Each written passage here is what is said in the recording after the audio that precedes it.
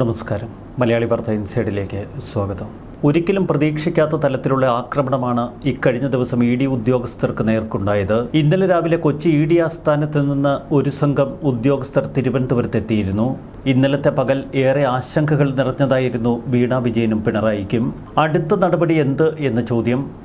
ഇപ്പോഴിതാ enforcement directorate ഇത് സംബന്ധിച്ച വിശദാംശങ്ങൾ പുറത്തുവിടുന്നു. മാസപ്പടി കേസിൽ അന്വേഷണം തുടരാനാവശ്യമായ എല്ലാ തെളിവുകളും തങ്ങളുടെ പക്കലെത്തി എന്ന് എൻഫോഴ്സ്മെന്റ് ഡയറക്ടറേറ്റ് പറയുന്നു.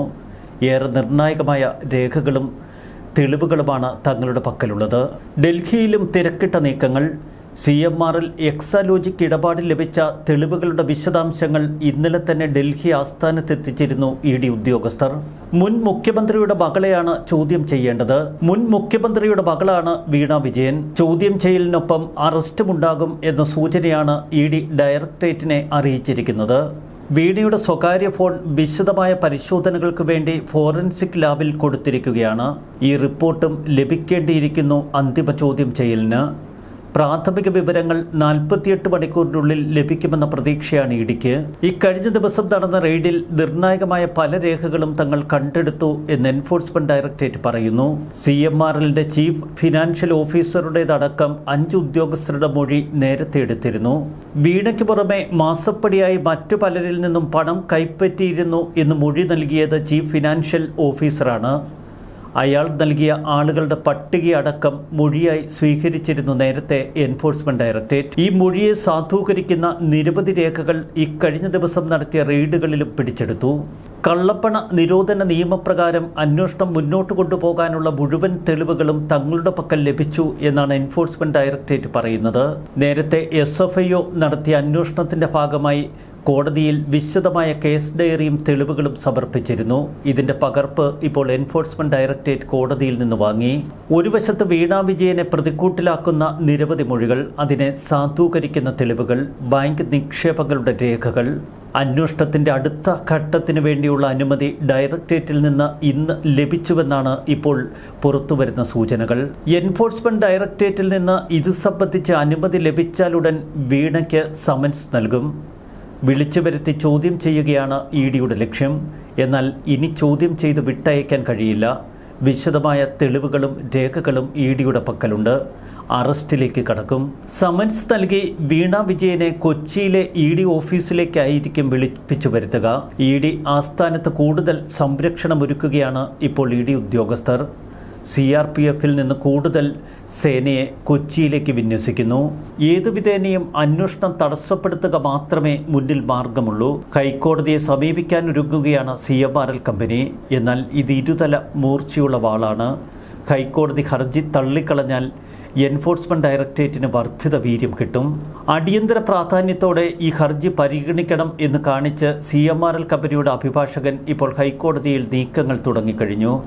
മറുവശത്ത് ഡൽഹിയിൽ രാഷ്ട്രീയമായ ചില സമ്മർദ്ദ തന്ത്രങ്ങളും CPM ഒരുക്കുന്നു.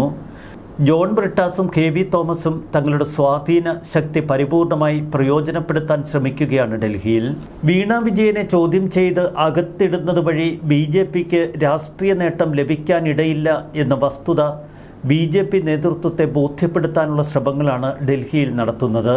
വീണ വിജയനെ പോലെ സ്വാധീന ശക്തിയുള്ള ഒരു വ്യക്തിയെ ചോദ്യം ചെയ്യലിനായി വിളിപ്പിച്ചു വരുത്താൻ തങ്ങളുടെ പക്കൽ തെളിവുകളുണ്ട് എന്ന് ED പ്രഖ്യാപിക്കുമ്പോൾ ഇനി കാലതാമസമില്ല എന്നതാണ് അതിൽ നിന്ന് അർത്ഥമാക്കുന്നത്.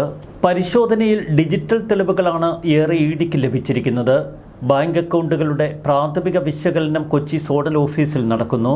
കേവലം ഒരു ചോദ്യം ചെയ്യലല്ല, പകരം തെളിവുകൾ നിരത്തി പ്രതിയെ കസ്റ്റഡിയിൽ എടുക്കലാണ് ഇനി ഉണ്ടാവുന്നത് എന്ന് വിദഗ്ധർ പറയുന്നു.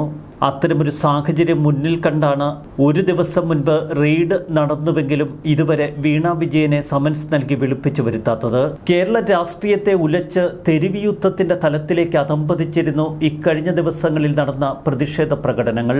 EDയെ പ്രകോപിപ്പിച്ചത് അബദ്ധമായി എന്ന് പിണറായിക്കും തുടർന്ന് ബോധ്യപ്പെട്ടു. ഇതിന്റെ തുടർച്ചയാണ് ഇന്നലെ ED ആക്രമണത്തിൽ മാപ്പ് പറഞ്ഞ CPM-ന്റെ നിലപാട്.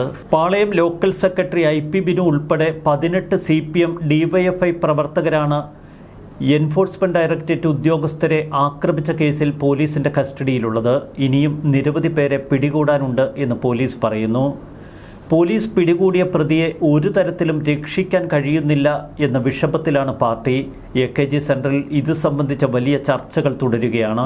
ജാമ്യം പോലും ലഭിക്കാതെ പാർട്ടിയുടെ ഈ പ്രവർത്തകർ ജയിലഴിക്കുള്ളിൽ കിടന്നാൽ ഇനി പ്രതിഷേധത്തിനും പ്രകടനത്തിനും ആളെ കിട്ടില്ല എന്ന് പാർട്ടി പ്രവർത്തകർ പോലും പരിഭവിക്കുന്നു.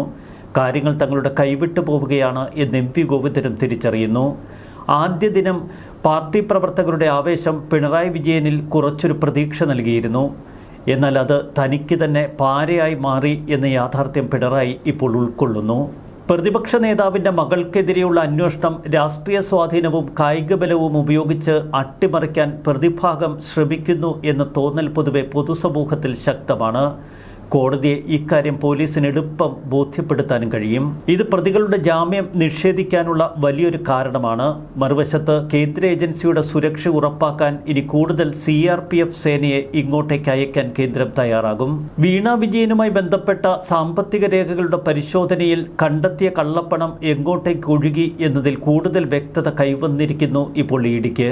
ഒരു കാര്യം വ്യക്തമാണ്, നൽകാത്ത സേവനങ്ങൾക്കാണ് എക്സാലോജിക് കമ്പനി 3 കോടി രൂപയോളം കരിമണൽ കർത്തയുടെ CMRL കമ്പനിയിൽ നിന്ന് കൈപ്പറ്റിയത്.